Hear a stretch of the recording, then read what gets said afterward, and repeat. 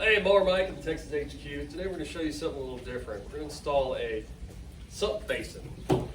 So here at the HQ we've had a problem where we've had tons of rain. I mean, it's still raining right now. Texas, for some reason, just had the weirdest weather this year.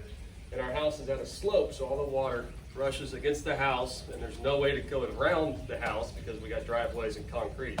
So I'm going to install a sump basin with electric pump. That way I can pump the water where I want it instead of relying on gravity. So pretty cool thing. So the first part is the hardest part, of course. You got to dig a big dang hole. You want to dig a hole bigger than your sump basin. So essentially you're going to put rock around this. So you want a hole that's probably about 8 inches wider than the actual sump basin. So I've got a spot right here, and let's get at it. So we're just going to start digging. Hey gang, Mower Mike here at Texas HQ. Well, as you can see, it's still raining in Texas, and I'm still digging my hole. I think I'm getting closer though. We're about 5 foot deep. Honey, do you smell egg rolls? Shit, we must be getting close to China. I'm getting so deep in this hole. Well, I'm gonna get back to digging here a little more. We'll get back at you. Right back here, Texas HQ. Well, it finally stopped raining. You know, that was some crazy weather we had going on here. Had a freaking monsoon. We're back to the normal Texas temperature, 115 degrees in the shade, but that's the way we like it down here. I think I finally got my hole dug. She's pretty deep. So come on over here, you good looking camera lady. Now the depth of the hole, now this is my basin, my sump basin can, which I bought this one at Lowe's for like $50. These things are ridiculously expensive. If you have an old trash can around, you could use that also. Just make sure it's ones with the firm size, not the soft ones. But I'll put a link to a sump basin on Amazon also for you. But let's drop it in the hole. Now you can see that basin, the top of it, we're about 8 inches deeper than what we need to be, which is okay, because what we're gonna do is that we're gonna put rocks on the bottom of this hole, which is gonna bring it up a little bit, because you don't want your sump basin to be just sitting in the mud down there. So there's a little more technical description going on here than just an old sump basin. So what I got here is, they call it egg rock, I guess because it looks like eggs. I wouldn't eat this stuff, but make good sump basin. So we put some egg rock in there. Uh-oh. Not all the egg rock. Let's see how she looks now. Probably need a little more. Let's go ahead and do 2 full baggers in there. All right, that's about perfect. So you want the top of the sump basin to be about level with where your dirt's gonna be. See, the idea here is that we're gonna have intake lines coming into both sides of the sump basin and then an outtake. So what we're gonna do next, I'm gonna take this basin down to the shop and we're gonna drill holes in it so it can get water in the basin and in our intake holes. So with that, let's move on to the next step. Okay, so now we're back in the Mower Mike shop and we're ready to prep the sump basin. So you've got to think, how is the water going to get into here? There's 2 ways. First, there's holes in the actual basin itself for water to seep in, because we're going to have rocks all around it, so the actual location of the basin will be sucking in water, which is awesome, which is what I need.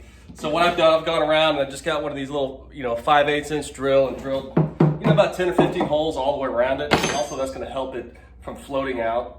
And then after you do that, you need to drill holes for the actual inlet and outlet pipes. So I'm going to have pipes coming in off my gutters.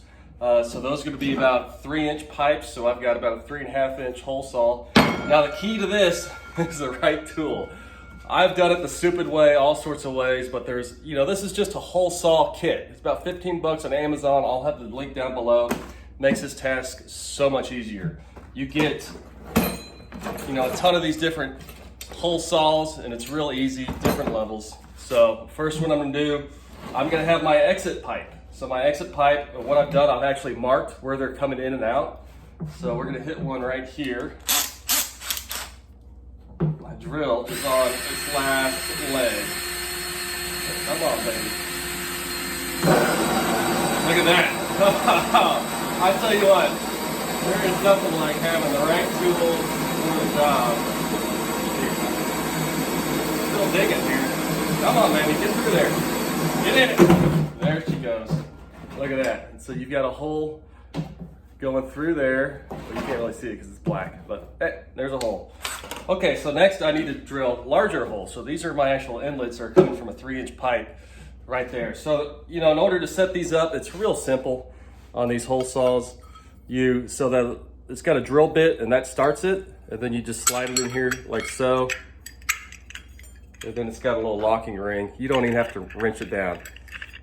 Real simple operations, and these will save you a lot of headache. So let's go ahead and get those guys ripping. I tell you what, it got hot down in Texas all at once. Boy, that's gonna be a fat freaking hole there, babe. Total drill fail. My old DeWalt, I've had this thing for about 5 years, and Mower Mike has just flat worn her out. I mean, look at that battery. Yeah, you don't want that. So let me go get myself another drill. Okay, gang, we're back after my epic fail with my DeWalt piece of junk drill. But what I've done, I've gone to the hardware store. Shout out to Reeves Hardware, and got myself an old school AC power freaking Black & Decker $30 drill. I'm kind of tired of the battery stuff, to be honest, you know. So let's go back to the 90s. You know, these things will actually break your wrists. They're so powerful, so be careful with them. And I've got some eye protection on this time. She's got a little more power. Oh my God. Like freaking butter. That is so much better, ladies and gentlemen. Let's rip this other one here too.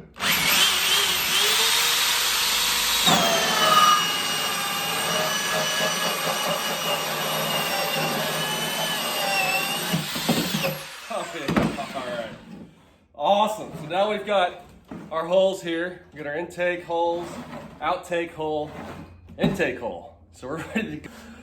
Okay, so we're back in the shop here, and we're going to talk about the fun part now. We're going to talk about the pump. Every guy likes talking about pumps. So in a sump basin, you're going to need a sump pump, which means that they have floats on them. Now these pumps are activated by the float. So as the float comes up, this pump turns on, float comes back down. So it's the water level as it comes up. You just can't throw any pump in there because it's just going to keep running and burn up when there's no water in there. Now I'm running the big boy here. I've got a 3/4 horse Wayne submersible pump. You know, this sucker will run 4,600 gallons per hour. I mean, she's got a rip. It's an awesome pump. And I've done a lot of research on types of pumps, brands of pumps. You know, you can go to Harbor Freight for a couple $100, get a similar pump, but it's a made in China piece of junk. Or you go to Lowe's, you know, you get a similar pump for about, $400. Now what I've got here, this one's $175 off Amazon. It's really the best deal. It's made in America. It's an awesome pump. I've actually used the same pump on another sump basin for the last 4 years, and it does awesome. So this one's a 3/4 horse. If you're using something smaller, there's other ones out there, Wayne brand too. And I'll put a link down below for this pump and all the other pumps. Now, the way it works, once you have your pump, the way it comes out is there's an 1.5 inch threaded deal here. Now that's the exit for the pump. Now it's not gonna come with the actual threaded part because it depends on what you're doing. Now the most basic is what you've got, an 1.5 inch NPT running to 1.25 inch. And what that does is that it'll go to your flexible line here, which I'll put a link to these lines, and then you can just put the flexible line wherever you want, it slides in there. Now, if you want a next step up from that, this is similar. It's an 1.5 inch NPT down bottom, 1.25 inch, slides in there. But what this one's got, it's got a little check valve. So you can see in there, the check valve, it's a little rubber flapper.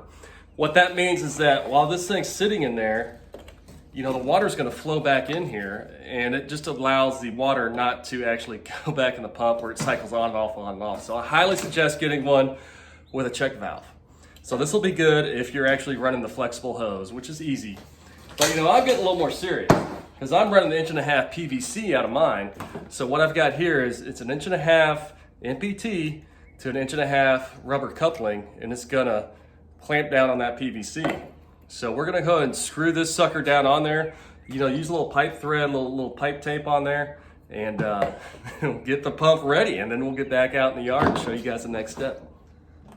Okay, so we're back outside here in the heat, outside of the shop. I've got my basin, we've installed it, and I wanna show you just the general setup of what I've got going on. So come on over here, camera lady.